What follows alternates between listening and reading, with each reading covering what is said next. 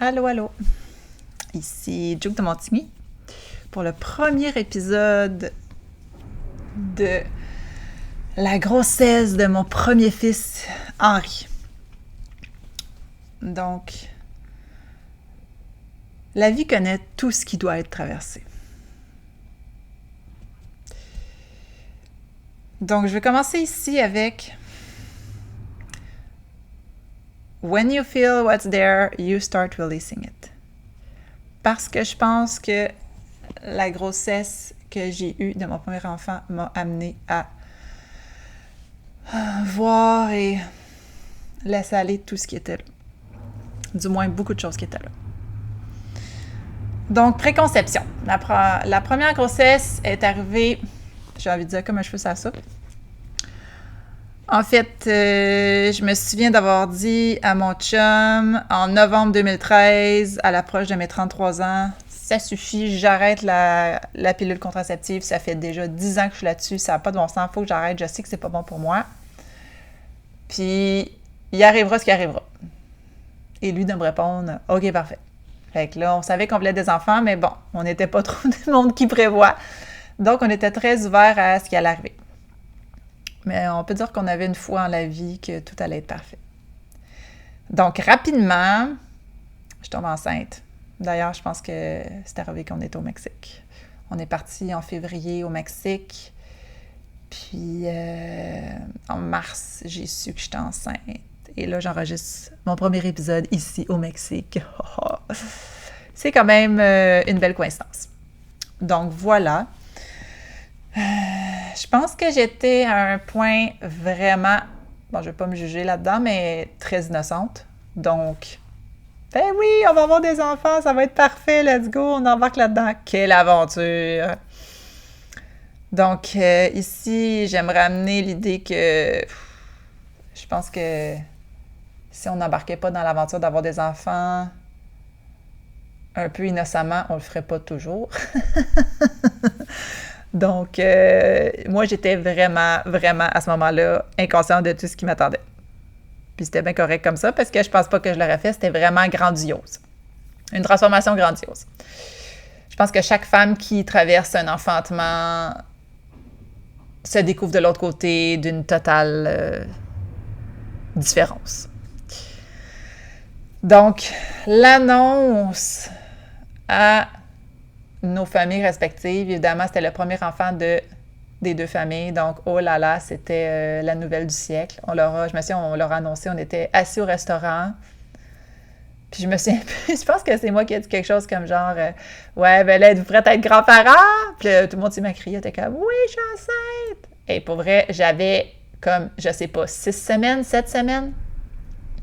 C'était vraiment au tout début de la grossesse, puis j'ai clairement pas tenu compte du 12 semaines pour être certaine que c'est une vraie grossesse qui va pas s'arrêter, let's go. Non, j'ai vraiment sauté dedans à pieds joints, mon chum aussi, puis on est allé exactement ce que notre chemin nous montrait. On réfléchissait pas trop, on y allait. Donc, ouais, tout le monde était vraiment heureux, on était tous vraiment, vraiment heureux. Ça se passait quand même bien. D'ailleurs, la veille que j'ai passé le test de grossesse, je pense que je virais une grosse brosse, là. Gros party, là. Beaucoup trop d'alcool. Puis le lendemain, je me souviens que j'ai fait le test de grossesse. J'étais toute seule, c'était un lundi matin. Je fais le test de grossesse sans me dire, voyons, je suis pas enceinte, là. Puis je fais le test, puis c'est positif, mais tu sais, genre vraiment rapidement, puis je me dis, wow, attends une minute, là, ma vie, es-tu comme en train de shifter d'un coup? J'étais-tu prête à ça? Je sais pas, oui, non, ok, peut-être. Donc, je me souviens que j'ai appelé mon chum à ce moment-là parce qu'on restait pas ensemble. Puis j'ai dit, ouais, salut, je suis comme enceinte, là. Fait qu'il faudrait que tu déménages aujourd'hui avec moi. Il me dit, OK. Je pense qu'il venait de se réveiller, là. Il était super de bonne heure parce que je pense que j'étais plus capable de dormir. J'étais comme, oh my God, faut que je le sache, là. Ça n'a plus de bon sens, là. Je suis en retard de mes lunes. Puis, j'ai fait le test, puis c'était vraiment ça. Ouais. Donc, c'était quand même tout un shift. Dans ce temps-là, j'étais vraiment beaucoup dans le pareil, dans le plaisir, dans les sorties. Je travaillais comme photographe événementiel de soir, des chiffres tard. Vraiment on pouvait m'appeler le matin pour me dire « Hey, Julie, tu travailles tantôt, tu peux aller là, tu peux aller là? » Puis j'étais comme « Oui, oui, oui, parfait. » Donc, j'étais pas consciente de tout ce qui allait devoir être mis de côté ou modifié pour pouvoir continuer ma grossesse parce que j'étais un petit peu dans l'innocence de tout ça. Donc, je pense que, justement, tu sais, j'étais très willing de vivre ma vie, disons. Ouais. Fait que, à travers tout ça, il est arrivé plein de choses. Mon chum a emménagé, mon père commençait à être malade, la joie de tout le monde, mais en même temps, on était triste parce que mon père était malade. Donc, c'était vraiment une grossesse un peu impromptue tant que planifiée, là, un peu des deux. Donc, j'étais vraiment très focusée sur le monde extérieur plutôt qu'intérieur. Ouais. Puis, en fait, je me sentais vraiment bien enceinte, j'étais vraiment heureuse, j'avais l'impression que je vivais exactement ce que je devais vivre, puis je pense que les transformations physiques m'amenaient beaucoup de joie. Ouais, je sentais vraiment, tu sais, l'âme de mon fils à ce moment-là à l'intérieur de moi, sa force, sa fougue, son courage, tout ce qui dégage, en fait, présentement.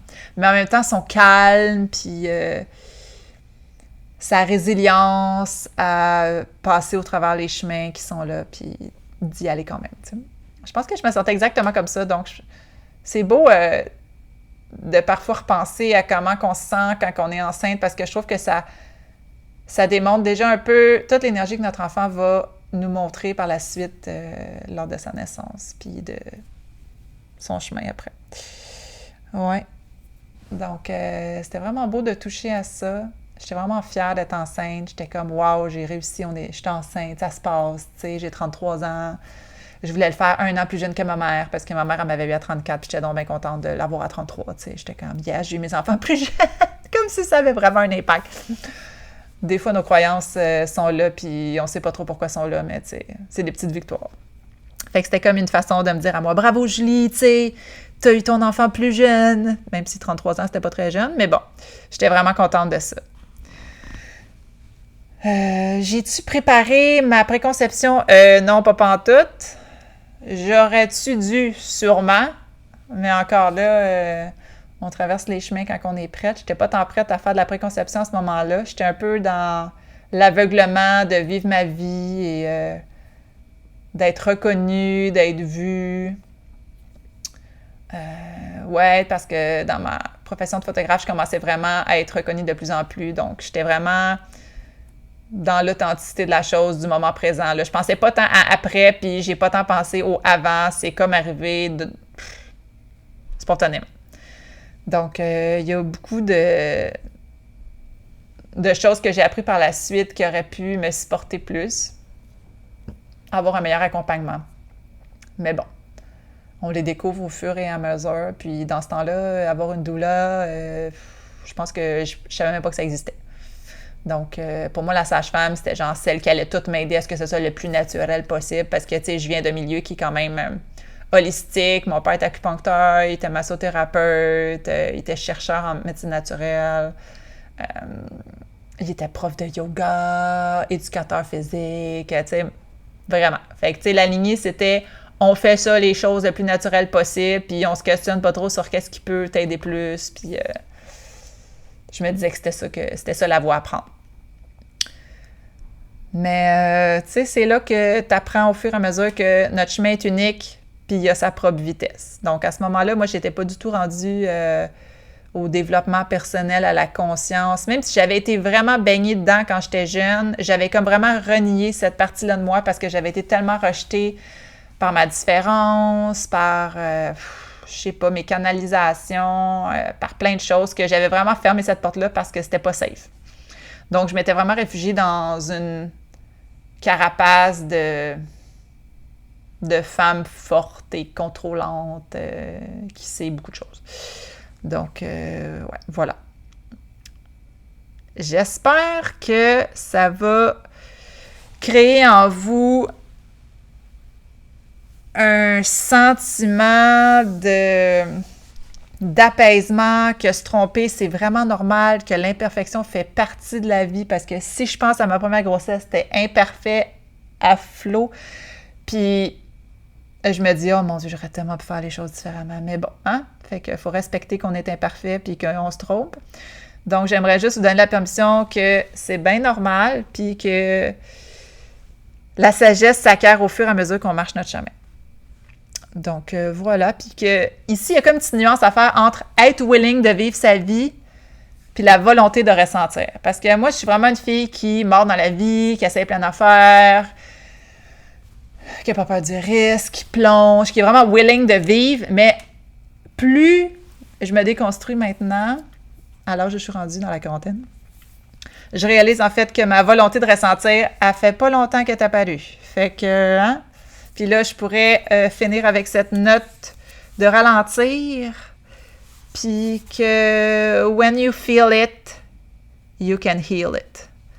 Donc, j'ai envie de finir avec ça, puis de vous dire que j'ai très hâte de vous parler du prochain mois avec mon beau Henri dans mon ventre. J'espère que vous avez aimé cet épisode, puis qu'on se reparle très bientôt. Ciao, ciao!